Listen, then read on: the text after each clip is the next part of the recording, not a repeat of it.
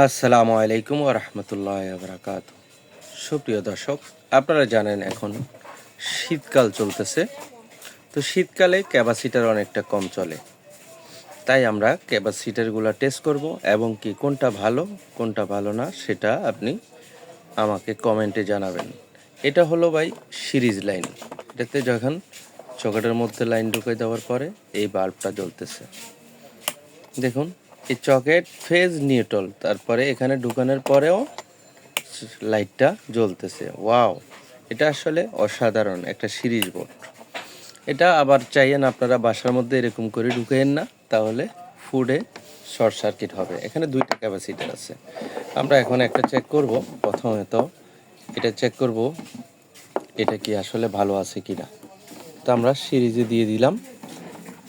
সিরিজে দেওয়ার পরে এটা বাল্বে বাতাবে এটা কতটুকু আছে কিংবা ভালো আছে কিনা। এই দেখুন, বাল্বে বাতাচ্ছে।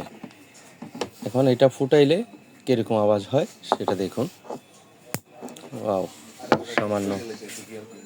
তারপর আমরা এখন আরেকটা ক্যাপাসিটার এখানে সিরিজে ঢুকাবো। এটা কেমন আছে সেটা দেখব। এটাতে লাইটটা বেশি জ্বলতেছে মনে হয়, তাই আমরা এখন দেখব এটা ফুটাইলে কেমন আওয়াজ হয়।